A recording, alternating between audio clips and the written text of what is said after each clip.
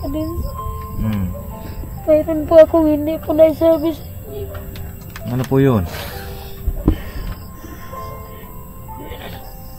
Hindi ko mawala sa ano ko kasi. Kaya siguro hindi ako maging masaya kasi dala-dala po sa sarili kong problema. Ano kung Matagal na po yan, Papa Dins, pero kagaya yung sinasabi ko sa inyo, hindi ko makalimutan. ang alin po? Hindi ko na po nasabi sa inyo noon kasi ang dami ko nang sinabi sa inyo. Eh, kung yung pagsabi mo sa amin, makakagaan ang pakiramdam mo, welcome mong sabihin sa amin yan. Simula nang sinumpa ako ng nanay ko, hindi na ako naging masaya sa buhay.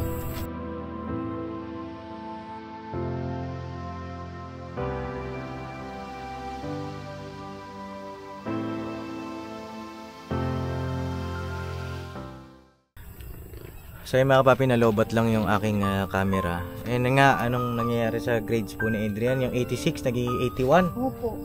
Baliktad! Yun na. Si Adrian ay yung grado daw po niya from 86 nagiging ano na 81. 81, pababa. Ano pa? Saka yung sa science sa English niya, yung 78 nagiging 76. Ano nangyari sa Adrian? Pasang awa na lang yun. Anong nangyari? Bakit pababa? Di ba ang usapan natin pataas? Anong nangyari? Yung sa math sana, 88 yun, di ba? Nagiging 86 na lang. Anong nangyari? Sige nga, anong nangyari sa eskwelahan? Sabihin mo daw sa akin.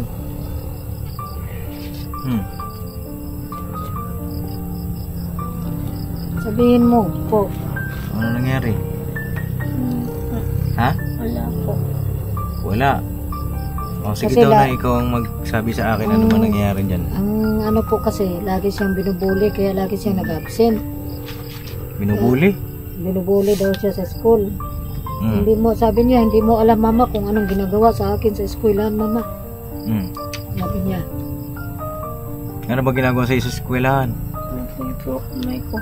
Ha? O kamay ko po. Nasar yung kamay mo? Yung kamay nindikit. Oo.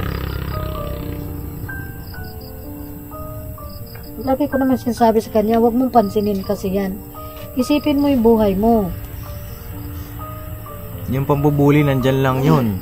Kahit saan ka mapunta, nandyan yung bullying. Pero kung lalabanan mo yung pagbubuli na yun, papakatatag ka, wala silang magagawa sa'yo. Diba? Minsan hindi siya pumapasok. Saan siya pumupunta? Ayoko na pong pumasok, mama. Lagi na lang akong inaasar sa school.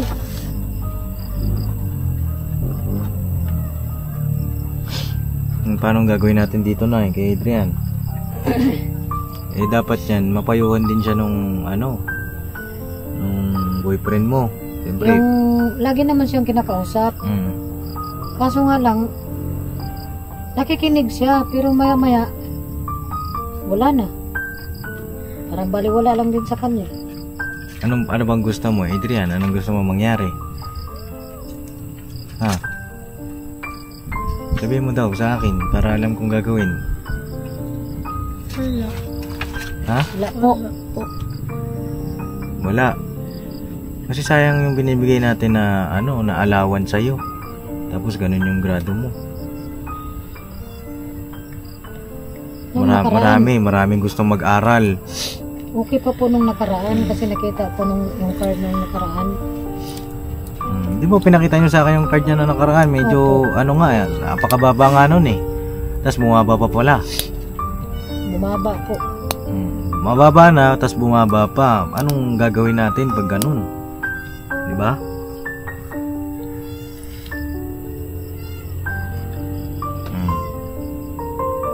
Anong gusto mong sabihin? Ha, Adrian? Ano na po? Wala na. Hindi ka babawi? Ha? Sabihin mo. Trabaho ko po. Parang napipilitan ka. Dapat, isipin mo yung mga pambubuli sa'yo. Isipin mo, gawin mo silang lakas mo para ituloy mo yung mga pangarap mo.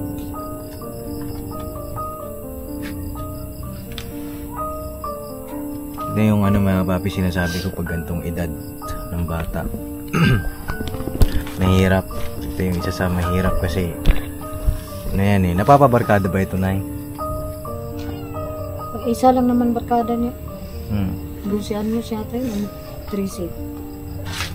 Lagi po kami nagbabike. Lagi pumupunta dito, yung binatilyo. Pagka ganun pa rin yung grado mo ng nasusunod, hindi ko alam kung tutulungan pa kita sa pag-aaral mo. Nandyan nga po yung module niya, marami Adrian, siyang ginawa po. ha? Ito mag-usap tayo, ha? Pagka yung grades mo hindi umayo sa susunod na grading, hindi ko alam kung tutulungan pa kita sa pag-aaral, ha? Hindi ito para takutin ka o para sa iyan no? Sagot. Opo. Opo.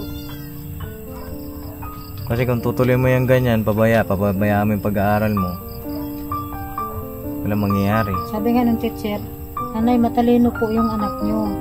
Kaso nga lang, napabayaan niya. Hindi siya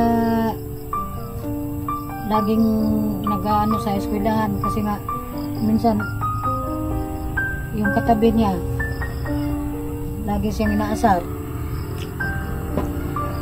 Tapos pag nagsumbong daw siya sa teacher, hindi daw siya pinapansin. Teacher? Mali naman yun. Pero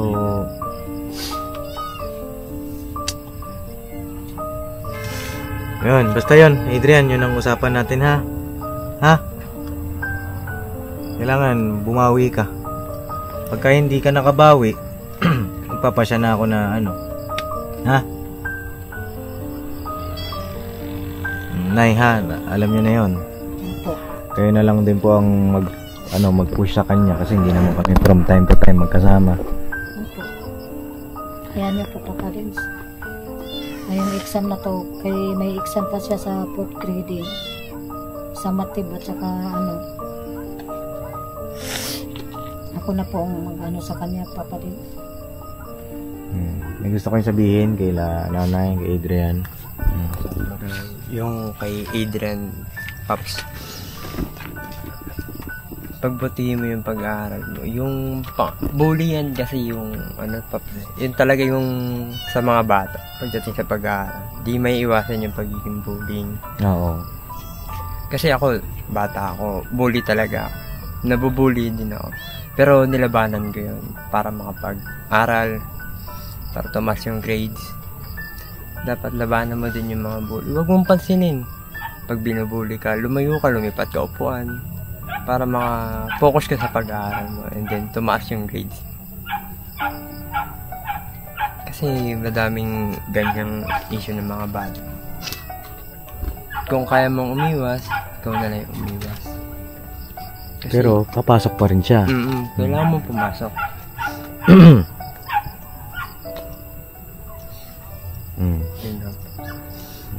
Si Kuya Kenneth. Masabi ko naman mga kapapi, hindi man ako naging perfectong anak rin para sa magulang, pero kasi sa pag-aaral natural talagang pag di natututo yung bata talagang kaya mapapayo ko lang sana pumayag po sila nanay tsaka si Adrian na lumipat po kung sakali na yung mangungupahan po na tulong po ni Papa din sa maging po sa kanila. Yung malapit sa amin, no? Para masubaybayan natin itong bata, no? Ilan po? Para itong para sa amin pagka malapit ka doon, mamumonitor ka namin. Pero pag-isipan mo pa rin, Nay, no? Ikaw, Kuya EJ.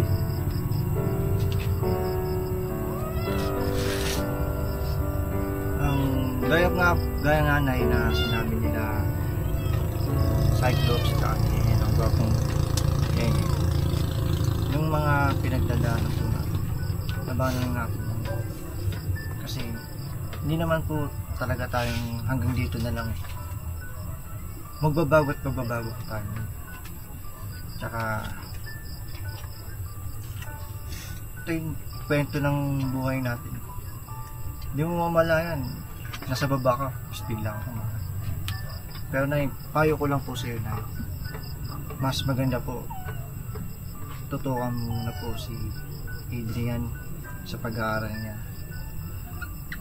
Ako din naman, napagdaan ako yung pagbubuli. Nagsusumbong ako sa magulang ko ang takbuhan ko. Teacher, di ko po naranasan na protection ako sa mga klase ko. Mas malala po dati yung naranasan kong pagbubuli. Kaya nga grade 10 lang natapos ko.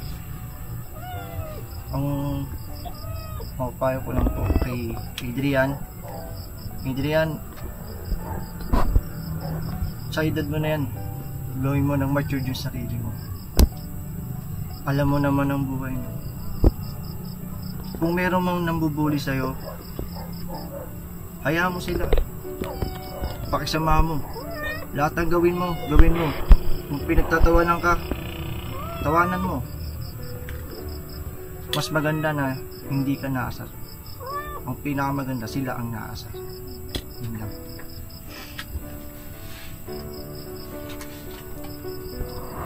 Naintindihan mo ba yung sinasabi nila?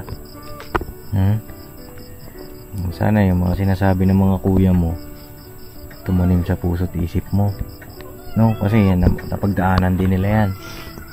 Ay, si Kuya Dudong mo. Kuya Dudong, may gusto kong sabihin. Para kay Kuya Adrian, Kuya, lahat kami nakaranas ng bully. Hindi talaga, hindi maganda sa pakiramdam eh. Iba yung papasok ka para mag-aral eh. Pagdating mo ron, nasa rin ka. May pagkakataon pa, parang lalaitin ka, ganyan. Kalagayan ng buhay niyo. Pero hindi yun nadlang para makapag-aral ka ng maayos. Isipin mo na lang na sila yung gawin mong inspirasyon. Ganun pala tingin niyo sa akin, hihintayin niyo ako. Pagka ako lumaki, papakita ko sa inyo magaling ako. Huwag mo silang kung pansinin na negatibo yung sasabihin. Isipin mo na hindi kaya nila ginagawa sa iyo kasi nakikita nilang magaling ka. May nakikita sa silang magaling. Kagaya ni nanay na sabi mo na marunong ka sa klase. Sabi ng mga teacher, marunong ka sa klase.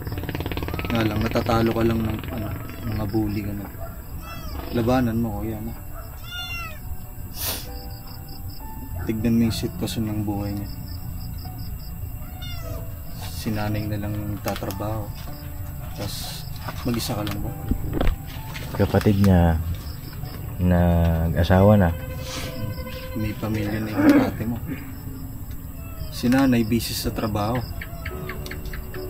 Yung ipapahinga niya na lang niya, isasaway niya pa sa kawawa naman si nanay. Kawawa si mama. Si mama hindi na pabata. Si mama patanda na. Nangihina na rin. Nangihina ng mama mo. Tumatanda, ganun talaga.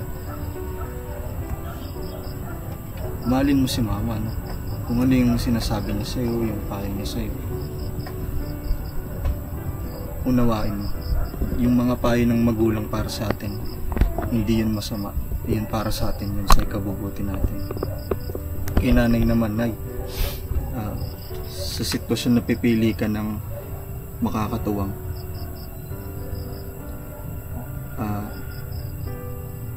dapat yung makakatulong din kay Adrian, yung magagabayan siya.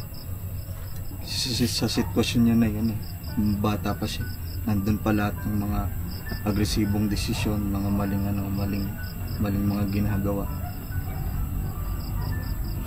Tsaka na magpapakatatago kayo kasi pagka kayo po yung naging mahina, maapektuhan din po yung bata. Well, lahat naman may dumadaan sa pagsubok na yun. Kailangan lang nating maging matatag. At uunawain din natin minsan yung sa side ng anak natin kung ba't sila nagkakaganon. Kasi minsan may mga maling tingin yung mga magulang din. Yun nga, kaya bumababa yung grades niya. Meron palang dahilan. Hindi pala ganun. Maunawaan niya rin siyempre yung anak pagkaganon. Kausapin niyo lang sila na inaano ka ba sa eskwela? Yung nang pansinin gano'n. Pagka kasi nasobrahan tayo sa disiplina sa bata, parang nagiging suwail sila, gano'n, nagiging matapang, may punto na parang gusto nang lumaban. Ganun po yung pinaka worst na mangyayari kapag hindi ho balanse yung disiplina sa bata. And Nay, para sa'yo, magpakatatag ka kay Kuya Adrian, makikinig ka lagi kay Mama.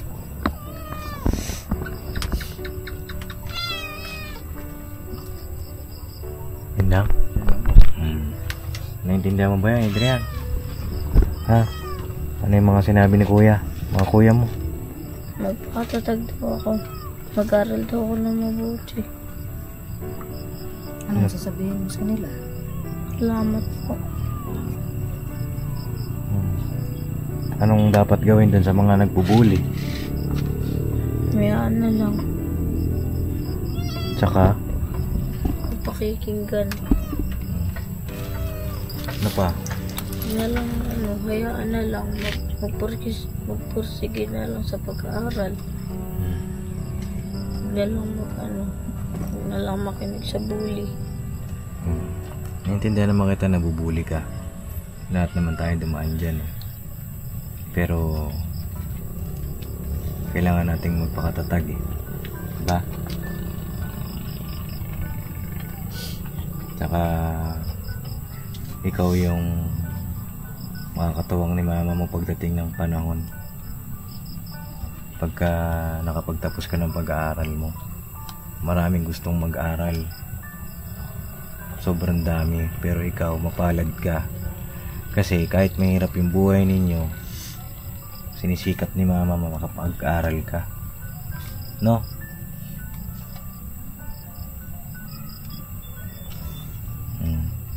So paano na, itutuloy na kami. At yung mga napag-usapan natin, sana pagbalik namin may mga desisyon na kayo. May gusto ko yung sabihin, Nay. Gusto ko yun ng pagkakataon, Nay. Ang masasabi ko lang po, marami pong salamat sa inyo, ka-business. Maraming salamat po sa inyo. Sa inyo mga kapapi, sa inyo Papa Dins, sa inyo lahat. Hindi kayo naisawang tumulong sa amin.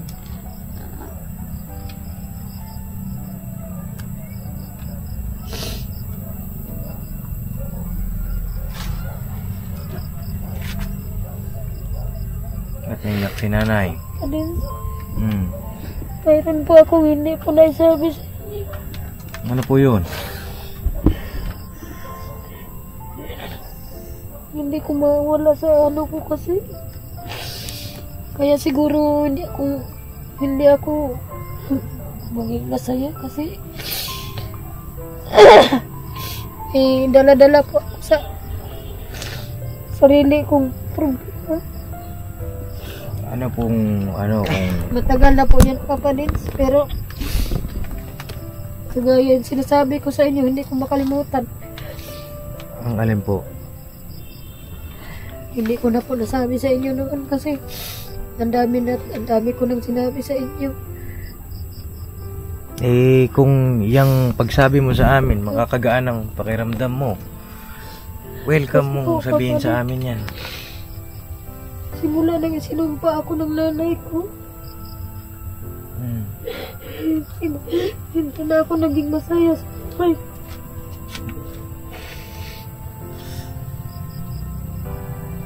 Kaya hindi ko, maraming maniligaw sa akin pero hindi ko tinatanggap kasi sabi niya sa akin kahit kailan daw hindi ako maging masaya sa buhay ko kahit ilang lalaki pa ang mga kasama ko habang buhay. Yun ba yun? Yun yung... Pati sa mga anak ko. Mm-mm. Alam mo na ganito yan, no? Yun yung gusto mong sabihin sa akin na sinumpakan ng nanay mo, no? Na hindi ka magiging masaya sa kahit sinong lalaki. Pero Papa, tanong ko po sa inyo, bakit ka sa lahat ng mga anak niya, ako lang yung sinumpa? May tubig ba kayo dyan, Nay? May tubig si nanay.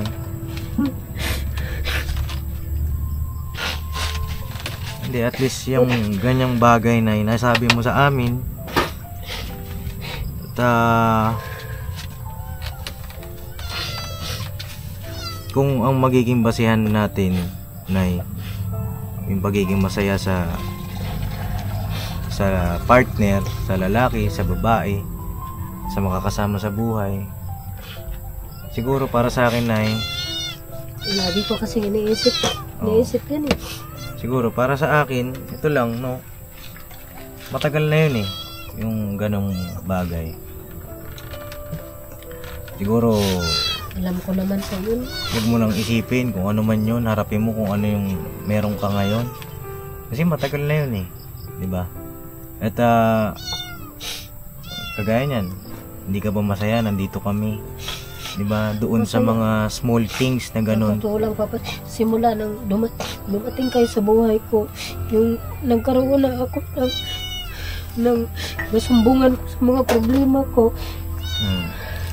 At least, di ba, Nay, mga ganyan, gumagaan yung pakiramdam mo. Yun lang naman po ang hindi ko nasabi sa inyo.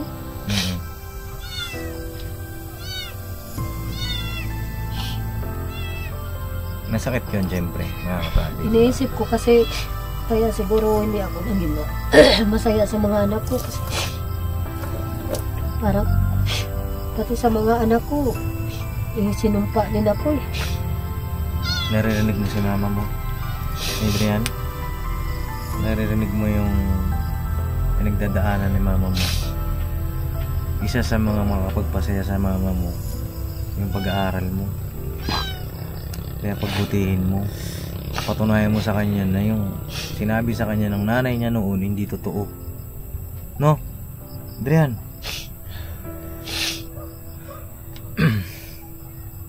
Mabigat, pero yun nga, kailangan natin magpakatatag, no, Nay? Kaya niya yan, at saka lagi na kayo mananalangin sa Panginoong Diyos. Siyempre, hindi naman tayo palagi magkasama. Wala ka mapaglabasan ng problema. Ang sa inyo lang pinaka... po na nilabas ko ang problema. Papa Dins. Ang pinakakampi natin dyan, yung Panginoong Diyos. No, Nay? Hayaan nyo pagka malapit na kayo doon sa amin, mas madali, di ba, mga kapapi? Tahan na kayo, Nay. Tahan na kayo. Salamat. Kasi mga ganyan na sasabi mo, kasi nakakagaan din ang pakiramdam yun, mga kapapi.